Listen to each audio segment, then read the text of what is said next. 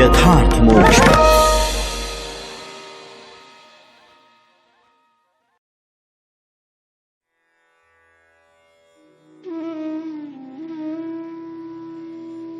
तिहत्तरवां अध्याय।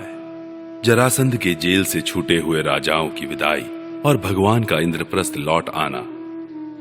श्री सुखदेव जी कहते हैं, परीक्षित, जरासंध ने अनायास ही 20,800 राजाओं को जीतकर पहाड़ों की घाटी में एक किले के भीतर कैद कर रखा था। भगवान श्री कृष्ण के छोड़ देने पर जब वे वहां से निकले तब उनके शरीर और वस्त्र मैले हो रहे थे। वे भूख से दुर्बल हो रहे थे और उनके मुंह सूख गए थे। जेल में बंद रहने के कारण उनके शरीर का एक एक अंग ढीला पड़ गया था। वहां से निकलते ही उन नरपतियों ने देखा कि सामने भगवान श्री कृष्ण खड़े हैं। वर्षाकालीन मेघ के समान उनका सांवला सलोना शरीर है और उस पर पीले रंग का रेशमी वस्त्र फहरा रहा है। 4 भुजाएं हैं जिनमें गदा, शंख, चक्र और कमल सुशोभित है। वक्ष स्थल पर सुनहली रेखा श्रीवत्स का चिन्ह है और कमल के भीतरी भाग के समान कोमल रत्नारे नेत्र हैं। सुंदर वदन प्रसन्नता का सदन है। कानों में मकराकृत कुंडल झिलमिला रहे हैं। सुंदर मुकुट, मोतियों का हार, कड़े, करधनी और बाजूबंद अपने अपने स्थान पर शोभा पा रहे हैं। गले में कौस्तुभ मणि जगमगा रही है और वनमाला लटक रही है। भगवान श्री कृष्ण को देखकर उन राजाओं की ऐसी स्थिति हो गई मानो वे नेत्रों से उन्हें पी रहे हैं, जीभ से चाट रहे हैं, नासिका से सूंघ रहे हैं और बाहुओं से आलिंगन कर रहे हैं। उनके सारे पाप तो भगवान के दर्शन से ही धुल चुके थे। उन्होंने भगवान श्री कृष्ण के चरणों पर अपना सिर रखकर प्रणाम किया। भगवान श्री कृष्ण के दर्शन से उन राजाओं को इतना अधिक आनंद हुआ कि कैद में रहने का क्लेश बिल्कुल जाता रहा। वे हाथ जोड़कर विनम्र वाणी से भगवान श्री कृष्ण की स्तुति करने लगे। राजाओं ने कहा, शरणागतों के सारे दुख और भय हर लेने वाले देव देवेश्वर, सच्चिदानंद स्वरूप अविनाशी श्री कृष्ण, हम आपको नमस्कार करते हैं। आपने जरासंध के कारागार से तो हमें छुड़ा ही दिया, अब इस जन्म मृत्यु रूप घोर संसार चक्र से भी छुड़ा दीजिए, क्योंकि हम संसार में दुख का कटु अनुभव करके उससे ऊब गए हैं और आपकी शरण में आए हैं। प्रभु, अब आप हमारी रक्षा कीजिए। मधुसूदन, हमारे स्वामी, हम मगधराज जरासंध का कोई दोष नहीं देखते। भगवान, यह तो आपका बहुत बड़ा अनुग्रह है कि हम राजा कहलाने वाले लोग राज्य लक्ष्मी से चित्त कर दिए गए, क्योंकि जो राजा अपने राज्य ऐश्वर्य के मद से उन्मत्त हो जाता है उसको सच्चे सुख की, कल्याण की प्राप्ति कभी नहीं हो सकती। वह आपकी माया से मोहित होकर अनित्य संपत्तियों को ही अचल मान बैठता है। जैसे मूर्ख लोग मृग तृष्णा के जल को ही जलाशय मान लेते हैं, वैसे ही इंद्रिय लोलुप और अज्ञानी पुरुष भी इस परिवर्तनशील माया को सत्य वस्तु मान लेते हैं। भगवान, पहले हम लोग धन संपत्ति के नशे में चूर होकर अंधे हो रहे थे। इस पृथ्वी को जीत लेने के लिए एक दूसरे की होड़ करते थे और अपनी ही प्रजा का नाश करते रहते थे। सचमुच हमारा जीवन अत्यंत क्रूरता से भरा हुआ था और हम लोग इतने अधिक मतवाले हो रहे थे कि आप मृत्यु रूप से हमारे सामने खड़े हैं, इस बात की भी हम तनिक परवाह नहीं करते थे। सच्चिदानंद स्वरूप श्री कृष्ण, काल की गति बड़ी कहन है। वह इतना बलवान है कि किसी के टाले टलता नहीं। क्यों ना हो, वह आपका शरीर ही तो है। अब उसने हम लोगों को श्रीहीन निर्धन कर दिया है। आपकी अहेतुक अनुकंपा से हमारा घमंड चूर चूर हो गया। अब हम आपके चरण कमलों का स्मरण करते हैं। विभो, यह शरीर दिनों दिन क्षीण होता जा रहा है। रोगों की तो यह जन्मभूमि ही है। अब हमें इस शरीर से भोगे जाने वाले राज्य की अभिलाषा नहीं है, क्योंकि हम समझ गए हैं कि वह मृग तृष्णा के जल के समान सर्वथा मिथ्या है। यही नहीं, हमें कर्म के फल स्वर्गादि लोकों की भी जो मरने के बाद मिलते हैं इच्छा नहीं है, क्योंकि हम जानते हैं कि वे निस्सार हैं, केवल सुनने में ही आकर्षक जान पड़ते हैं। अब हमें कृपा करके आप वह उपाय बतलाइए जिससे आपके चरण कमलों की विस्मृति कभी न हो, सर्वदा स्मृति बनी रहे, चाहे हमें संसार की किसी भी योनि में जन्म क्यों ना लेना पड़े। प्रणाम करने वालों के क्लेश का नाश करने वाले श्री कृष्ण, वासुदेव, हरि, परमात्मा एवं गोविंद के प्रति हमारा बार बार नमस्कार है। श्री सुखदेव जी कहते हैं, परीक्षित, कारागार से मुक्त राजाओं ने जब इस प्रकार करुणा वरुणालय भगवान श्री कृष्ण की स्तुति की, तब शरणागत रक्षक प्रभु ने बड़ी मधुर वाणी से उनसे कहा। भगवान श्री कृष्ण ने कहा, नरपतियों, तुम लोगों ने जैसी इच्छा प्रकट की है उसके अनुसार आज से मुझ में तुम लोगों की निश्चय ही सुदृढ़ भक्ति होगी। यह जान लो कि मैं सबका आत्मा और सबका स्वामी हूं। नरपतियों, तुम लोगों ने जो निश्चय किया है वह सचमुच तुम्हारे लिए बड़े सौभाग्य और आनंद की बात है। तुम लोगों ने मुझसे जो कुछ कहा है वह बिल्कुल ठीक है, क्योंकि मैं देखता हूं धन संपत्ति और ऐश्वर्य के मद से चूर होकर बहुत से लोग उच्छृंखल और मतवाले हो जाते हैं। है नहुष, वेन, रावण, नरकासुर आदि अनेकों देवता, दैत्य और नरपति श्रीमद के कारण अपने स्थान से पद से च्युत हो गए। तुम लोग यह समझ लो कि शरीर और इसके संबंधी पैदा होते हैं, इसलिए उनका नाश भी अवश्यम भावी है। अतः उनमें आसक्ति मत करो। बड़ी सावधानी से मन और इंद्रियों को वश में रखकर यज्ञों के द्वारा मेरा यजन करो और धर्म पूर्वक प्रजा की रक्षा करो। तुम लोग अपनी वंश परंपरा की रक्षा के लिए, भोग के लिए नहीं, संतान उत्पन्न करो और प्रारब्ध के अनुसार जन्म मृत्यु, सुख दुख, लाभ हानि जो कुछ भी प्राप्त हो उन्हें समान भाव से मेरा प्रसाद समझकर सेवन करो और अपना चित्त मुझ में लगाकर जीवन बिताओ। देह और देह के संबंधियों से किसी प्रकार की आसक्ति न रखकर उदासीन रहो। अपने आप में आत्मा में ही रमण करो और भजन तथा आश्रम के योग्य व्रतों का पालन करते रहो।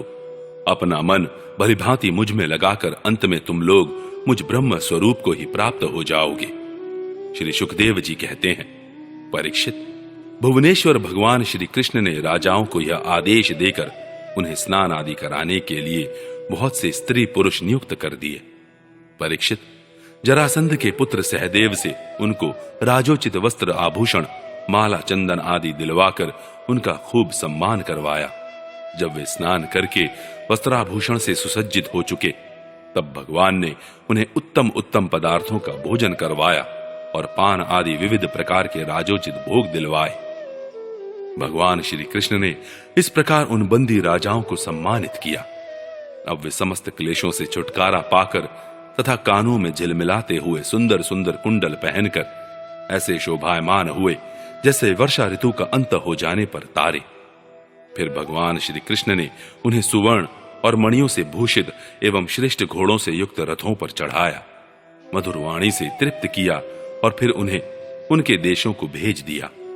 इस प्रकार उदार शिरोमणि भगवान श्री कृष्ण ने उन राजाओं को महान कष्ट से मुक्त किया। अब वे जगतपति भगवान श्री कृष्ण के रूप, गुण और लीलाओं का चिंतन करते हुए अपनी अपनी राजधानी को चले गए। वहां जाकर उन लोगों ने अपनी अपनी प्रजा से परम पुरुष भगवान श्री कृष्ण की अद्भुत कृपा और लीला कह सुनाई और फिर बड़ी सावधानी से भगवान की आज्ञा अनुसार वे अपना जीवन व्यतीत करने लगे। परीक्षित, इस प्रकार भगवान श्री कृष्ण भीमसेन के द्वारा जरासंध का वध करवाकर भीमसेन और अर्जुन के साथ जरासंध नंदन सहदेव से सम्मानित होकर इंद्रप्रस्थ के लिए चले।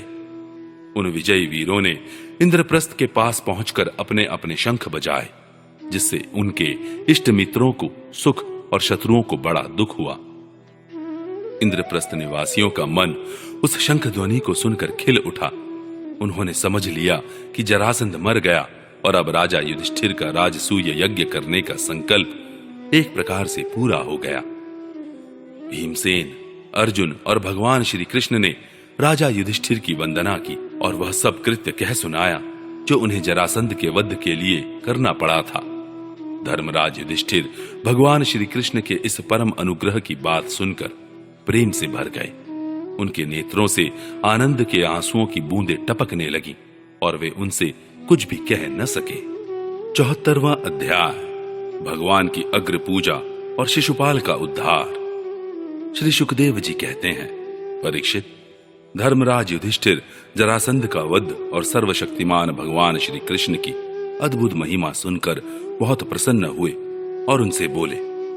धर्मराज युधिष्ठिर ने कहा, सच्चिदानंद स्वरूप श्री कृष्ण, त्रिलोकी के स्वामी ब्रह्मा, शंकर आदि और इंद्रादि लोकपाल सब आपकी आज्ञा पाने के लिए तरसते रहते हैं, और यदि वह मिल जाती है तो बड़ी श्रद्धा से उसको शिरोधार्य करते हैं। अनंत, हम लोग हैं तो अत्यंत दीन, परंतु मानते हैं अपने को भूपति और नरपति। ऐसी स्थिति में हैं तो हम दंड के पात्र, परंतु आप हमारी आज्ञा स्वीकार करते हैं और उसका पालन करते हैं। सर्वशक्तिमान कमल नयन भगवान के लिए यह मनुष्य लीला का अभिनय मात्र है। जैसे उदय अथवा अस्त के कारण सूर्य के तेज में घटती या बढ़ती नहीं होती, वैसे ही किसी भी प्रकार के कर्मों से न तो आपका उल्लास होता है और न तो ह्रास ही, क्योंकि आप सजातीय, विजातीय और स्वगत भेद से रहित स्वयं पर ब्रह्म परमात्मा है। किसी से पराजित न होने वाले माधव, यह मैं हूं और यह मेरा है, तथा यह तू है और यह तेरा, इस प्रकार की विकार युक्त भेद बुद्धि तो पशुओं की होती है। जो आपके अनन्य भक्त हैं, उनके चित्त में ऐसे पागलपन के विचार कभी नहीं आते, फिर आप में तो होंगे ही कहां से। श्री सुखदेव जी कहते हैं, परीक्षित, इस प्रकार कहकर धर्मराज युधिष्ठिर ने भगवान श्री कृष्ण की अनुमति से यज्ञ के योग्य समय आने पर यज्ञ के कर्मों में निपुण वेदवादी ब्राह्मणों को ऋत्विज, आचार्य आदि के रूप में वर्ण किया। उनके नाम ये हैं: श्री कृष्ण द्वैपायन व्यासदेव, भरद्वाज, सुमंतु, गौतम, असत, वशिष्ठ, चैवन, कणव, मैत्रेय, कवश, त्रित, विश्वामित्र, वामदेव, सुमति, जैमिनी, क्रतु, पैल, पराशर, गर्ग, वैशंपायन, अथर्वा, कश्यप, धौम्य, परशुराम, शुक्राचार्य, आसुरी, वितिहोत्र, मधुच्छंदा, वीरसेन और अकृतव्रण। इनके अतिरिक्त धर्मराज ने द्रोणाचार्य, भीष्म पितामह, कृपाचार्य, धृतराष्ट्र और उनके दुर्योधन आदि पुत्रों और महामती विदुर आदि को भी बुलवाया। राजन, राजसूय यज्ञ का दर्शन करने के लिए देश के सब राजा, उनके मंत्री तथा कर्मचारी, ब्राह्मण, क्षत्रिय, वैश्य, शूद्र सब के सब वहां आए। इसके बाद ऋत्विज ब्राह्मणों ने सोने के हलों से यज्ञ भूमि को जुतवाकर राजा युधिष्ठिर को शास्त्रानुसार यज्ञ की दीक्षा दी। प्राचीन काल में जैसे वरुण देव के यज्ञ में सबके सब यज्ञ पात्र सोने के बने हुए थे, वैसे ही युधिष्ठिर के यज्ञ में भी थे। पांडुनंदन महाराज युधिष्ठिर के यज्ञ में निमंत्रण पाकर ब्रह्मा जी, शंकर जी, इंद्रादि लोकपाल अपने गणों के साथ सिद्ध और गंधर्व, विद्याधर, नाग, मुनि, यक्ष, राक्षस, पक्षी, किन्नर, चारण, बड़े बड़े राजा और रानियां, ये सभी उपस्थित हुए।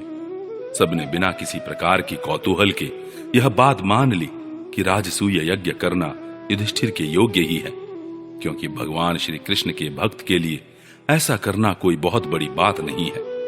उस समय देवताओं के समान तेजस्वी याजकों ने धर्मराज युधिष्ठिर से विधिपूर्वक राजसूय यज्ञ कराया, ठीक वैसे ही जैसे पूर्व काल में देवताओं ने वरुण से करवाया था। सोमलता से रस निकालने के दिन महाराज युधिष्ठिर ने अपने परम भाग्यवान याजकों और यज्ञ कर्म की भूल चूक का निरीक्षण करने वाले सदस्यपतियों का बड़ी सावधानी से विधिपूर्वक पूजन किया।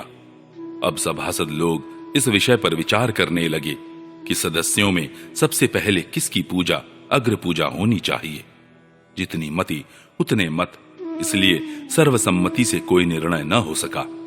ऐसी स्थिति में सहदेव ने कहा, यदुवंश शिरोमणि भक्तवत्सल भगवान श्री कृष्ण ही सदस्यों में सर्वश्रेष्ठ और अग्र पूजा के पात्र हैं, क्योंकि यही समस्त देवताओं के रूप में है और देश, काल, धन आदि जितनी भी वस्तुएं हैं उन सब के रूप में भी ये ही हैं। यह सारा विश्व श्री कृष्ण का ही रूप है।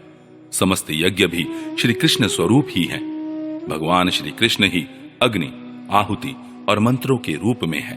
ज्ञान मार्ग और कर्म मार्ग ये दोनों भी श्री कृष्ण की प्राप्ति के ही हेतु हैं। सभासदों, मैं कहां तक वर्णन करूं।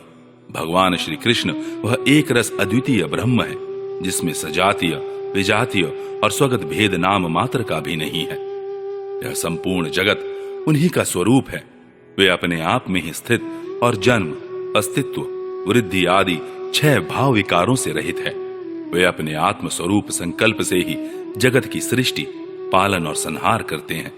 सारा जगत श्री कृष्ण के ही अनुग्रह से अनेकों प्रकार के कर्म का अनुष्ठान करता हुआ धर्म, अर्थ, काम और मोक्ष रूप पुरुषार्थों का संपादन करता है। इसलिए सबसे महान भगवान श्री कृष्ण की ही अग्र पूजा होनी चाहिए। इनकी पूजा करने से समस्त प्राणियों की तथा अपनी भी पूजा हो जाती है। जो अपने दान धर्म को अनंत भाव से युक्त करना चाहता हो, उसे चाहिए कि समस्त प्राणियों और पदार्थों के अंतरात्मा, भेदभाव रहित, परम शांत और परिपूर्ण भगवान श्री कृष्ण को ही दान करे। परीक्षित, सहदेव भगवान की महिमा और उनके प्रभाव को जानते थे। इतना कहकर वे चुप हो गए। उस समय धर्मराज युधिष्ठिर की यज्ञ सभा में जितने सत्पुरुष उपस्थित थे, सबने एक स्वर से बहुत ठीक कहकर सहदेव की बात का समर्थन किया। धर्मराज युधिष्ठिर ने ब्राह्मणों की यह आज्ञा सुनकर तथा सभासदों का अभिप्राय जानकर बड़े आनंद से, प्रेमोद्रेक से विह्वल होकर भगवान श्री कृष्ण की पूजा की। अपनी पत्नी, भाई, मंत्री और कुटुंबियों के साथ धर्मराज युधिष्ठिर ने बड़े प्रेम और आनंद से भगवान के पांव पखारे तथा उनके चरण कमलों का लोक पावन जल अपने सिर पर धारण किया। उन्होंने भगवान को पीले पीले रेशमी वस्त्र और बहुमूल्य आभूषण समर्पित किए। उस समय उनके नेत्र प्रेम और आनंद के आंसुओं से इस प्रकार भर गए कि वे भगवान को भलीभांति देख भी नहीं सकते थे। यज्ञ सभा में उपस्थित सभी लोग भगवान श्री कृष्ण को इस प्रकार पूजित, सत्कृत देखकर हाथ जोड़े हुए नमो नमः, जय जय इस प्रकार के नारे लगाकर उन्हें नमस्कार करने लगे। उस समय आकाश से स्वयं ही पुष्पों की वर्षा होने लगी। परीक्षित, अपने आसन पर बैठा हुआ शिशुपाल यह सब देख सुन रहा था। भगवान श्री कृष्ण के गुण सुनकर उसे क्रोध हो आया और वह उठकर खड़ा हो गया। वह भरी सभा में हाथ उठाकर बड़ी असहिष्णुता किंतु निर्भयता के साथ भगवान को सुना सुनाकर अत्यंत कठोर बातें कहने लगा। सभासदों, श्रुतियों का यह कहना सर्वथा सत्य है कि काल ही ईश्वर है। लाख चेष्टा करने पर भी वह अपना काम करा ही लेता है। इसका प्रत्यक्ष प्रमाण हमने देख लिया कि यहाँ बच्चों और मूर्खों की बात से बड़े बड़े वयोवृद्ध और ज्ञान वृद्धों की बुद्धि भी चकरा गई है। पर मैं मानता हूँ कि आप लोग अग्र पूजा के योग्य पात्र का निर्णय करने में सर्वथा समर्थ हैं। इसलिए सदस्यपतियों, आप लोग बालक सहदेव की यह बात ठीक न माने कि कृष्ण ही अग्र पूजा के योग्य हैं। यहाँ बड़े बड़े तपस्वी, विद्वान, व्रतधारी, ज्ञान के द्वारा अपने समस्त पाप तापों को शांत करने वाले परम ज्ञानी, परम ऋषि, ब्रह्मनिष्ठ आदि उपस्थित हैं, जिनकी पूजा बड़े बड़े लोकपाल भी करते हैं। यज्ञ की भूल चूक बतलाने वाले उन सदस्यपतियों को छोड़कर यह कुल कलंक ग्वाला भला अग्र पूजा का अधिकारी कैसे हो सकता है? क्या कौवा कभी यज्ञ के पुरोडाश का अधिकारी हो सकता है? न इसका कोई वर्ण है और न तो आश्रम, कुल भी इसका ऊंचा नहीं है। सारे धर्मों से यह बाहर है। वेद और लोक मर्यादाओं का उल्लंघन करके मनमाना आचरण करता है। इसमें कोई गुण भी नहीं है। ऐसी स्थिति में यह अग्र पूजा का पात्र कैसे हो सकता है? आप लोग जानते हैं कि राजा ययाति ने इसके वंश को शाप दे रखा है। इसलिए सत्पुरुषों ने इस वंश का ही बहिष्कार कर दिया है। ये सब सर्वदा व्यर्थ मधुपान में आसक्त रहते हैं। फिर ये अग्र पूजा के योग्य कैसे हो सकते हैं? इन सब ने ब्रह्म ऋषियों के द्वारा सेवित मथुरा आदि देशों का परित्याग कर दिया और ब्रह्म वर्चस्व के विरोधी समुद्र में किला बनाकर रहने लगे। वहां से जब ये बाहर निकलते हैं तो डाकुओं की तरह सारी प्रजा को सताते हैं। परीक्षित, सच पूछो तो शिशुपाल का सारा शुभ नष्ट हो चुका था। इसी से उसने और भी बहुत सी कड़ी कड़ी बातें भगवान श्री कृष्ण को सुनाई। परंतु जैसे सिंह कभी सियार की हुआ हुआ पर ध्यान नहीं देता, वैसे ही भगवान श्री कृष्ण चुप रहे। उन्होंने उसकी बातों का कुछ भी उत्तर न दिया। परंतु सभासदों के लिए भगवान की निंदा सुनना असह्य था। उनमें से कई अपने अपने कान बंद करके क्रोध से शिशुपाल को गाली देते हुए बाहर चले गए। परीक्षित, जो भगवान की या भगवत परायण भक्तों की निंदा सुनकर वहां से हट नहीं जाता, वह अपने शुभ कर्मों से चित्त हो जाता है और उसकी अधोगति होती है। परीक्षित, अब शिशुपाल को मार डालने के लिए पांडव, मत्स्य, केकय और सृंजय वंशी नरपति क्रोधित होकर हाथों में हथियार ले उठ खड़े हुए, परंतु शिशुपाल को इससे कोई घबराहट न हुई।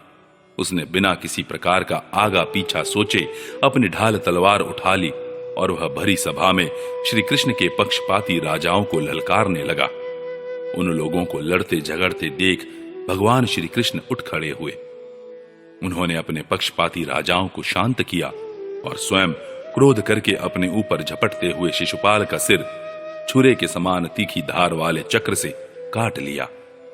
शिशुपाल के मारे जाने पर वहां बड़ा कोलाहल मच गया। उसके अनुयायी नरपति अपने अपने प्राण बचाने के लिए वहां से भाग खड़े हुए। जैसे आकाश से गिरा हुआ लूक धरती में समा जाता है, वैसे ही सब प्राणियों के देखते देखते शिशुपाल के शरीर से एक ज्योति निकलकर भगवान श्री कृष्ण में समा गई। परीक्षित, शिशुपाल के अंतःकरण में लगातार 3 जन्म से वैर भाव की अभिवृद्धि हो रही थी और इस प्रकार वैर भाव से ही सही ध्यान करते करते वह तन्मय हो गया, पार्षद हो गया। सच है, मृत्यु के बाद होने वाली गति में भाव ही कारण है।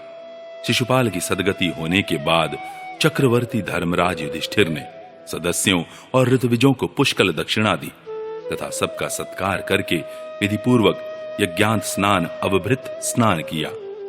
परीक्षित, इस प्रकार योगेश्वरेश्वर भगवान श्री कृष्ण ने धर्मराज युधिष्ठिर का राजसूय यज्ञ पूर्ण किया और अपने सगे संबंधी और सुहृदों की प्रार्थना से कुछ महीनों तक वहीं रहे। इसके बाद राजा युधिष्ठिर की इच्छा न होने पर भी सर्वशक्तिमान भगवान श्री कृष्ण ने उनसे अनुमति ले ली और अपनी रानियों तथा मंत्रियों के साथ इंद्रप्रस्थ से द्वारकापुरी की यात्रा की। परीक्षित, मैं यह उपाख्यान तुम्हें बहुत विस्तार से सुना चुका हूं कि वैकुंठवासी जय और विजय को सनकादि ऋषियों के शाप से बार बार जन्म लेना पड़ा था। महाराज युधिष्ठिर राजसूय का यज्ञांत स्नान करके ब्राह्मण और क्षत्रियों की सभा में देवराज इंद्र के समान शोभायमान होने लगे। राजा युधिष्ठिर ने देवता, मनुष्य और आकाशचारियों का यथा योग्य सत्कार किया तथा वे भगवान श्री कृष्ण एवं राजसूय यज्ञ की प्रशंसा करते हुए बड़े आनंद से अपने अपने लोक को चले गए। परीक्षित, सब तो सुखी हुए, परंतु दुर्योधन से पांडवों की यह उज्ज्वल राज्य लक्ष्मी का उत्कर्ष सहन न हुआ, क्योंकि वह स्वभाव से ही पापी, कलह प्रेमी और कुरुकुल का नाश करने के लिए एक महान रोग था। परीक्षित, जो पुरुष भगवान श्री कृष्ण की इस लीला का शिशुपाल वध, जरासंध वध, बंदी राजाओं की मुक्ति और यज्ञानुष्ठान का कीर्तन करेगा, वह समस्त पापों से छूट जाएगा।